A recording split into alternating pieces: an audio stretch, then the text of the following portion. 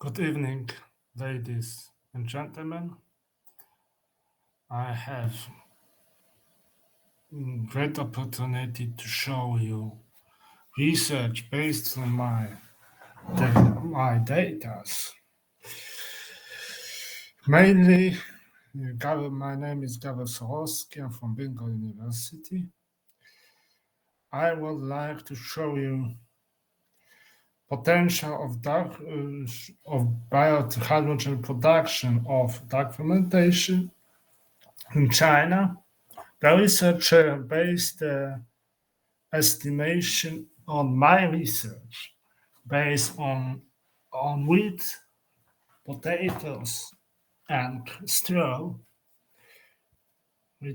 potatoes, and cotton, and sour cabbage, together to show what uh, what crops are the best for China and for Chinese region, and how much they can crops replace hydrogen production and needs of China energy, and if all crop residues, would be transformed into hydrogen,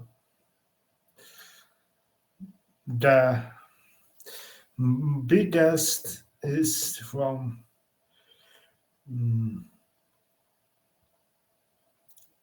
is from wheat and rice. That rice and wheat residues allows to 12% of China energy requirements on based on natural gas and coal consumption produced. So, um, so the highest would be up beside wheat also corn. So this corn, wheat and rice would be the biggest contributor of future production. And why this develop? Because energy increases, natural gas and coal and oil is depletion. So every part of region tries to develop their own possibilities of production. That the In case of dark fermentation, which is uh, a transformation of microbial bacteria, which requires low energy, into hydrogen, which is a special case of anaerobic digestion. It helps, besides utilizing of waste and giving some energy carriers, also produce much less carbon dioxide emission than conventional methods. Therefore, the researcher shows that by this utilization, we can reduce greenhouse gas emission even to 64%.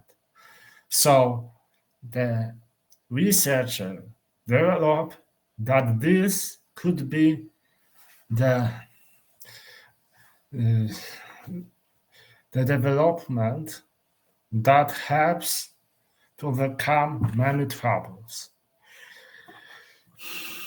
That was developed by crop yield and multiplied uh,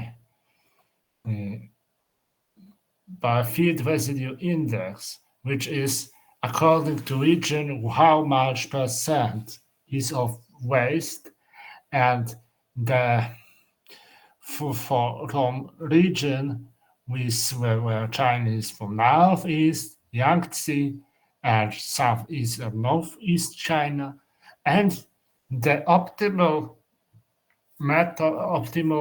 was everywhere. maize, but in case of Yangtze was increased by means of bean, and the northeast was the highest, was also the bean. The rest was the maize and the rice. And this shows how organic percent. And in case of, of the mm,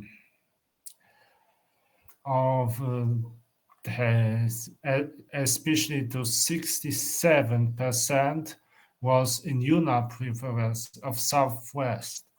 So this shows that the yield of hydrogen was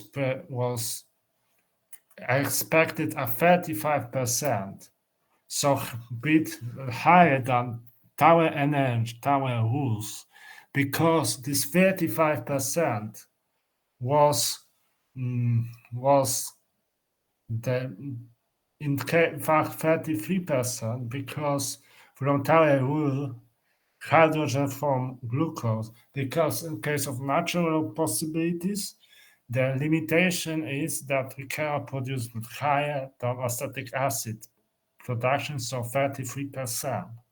So they in the research they make higher higher the approximation, because they approximate that from 33 we can 35%, which is bit slower. So this research is somehow higher somehow than in truth. So this was is the efficiency of math.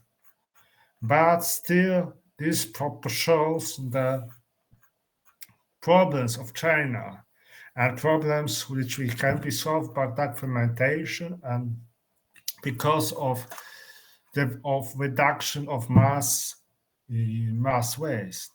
It shows that documentation is maybe not the best for replacing energy carriers, but very well for method, for utilization waste, and giving the small hydrogen that is enough to upgrade to the, for example, anaerobic digestion, for methane production and other processes that requires little and can be used especially in industrial facilities as additive, as promoter of utilization, so lowering the industrial waste, and somehow also sewage waste, plant waste, reducing to develop less carbon dioxide. And it requires some supplementation, and, as earlier mentioned, cooperation with other hydrogen metals production to produce enough to fulfill demands of the people of China, of every nation. Thank you very much.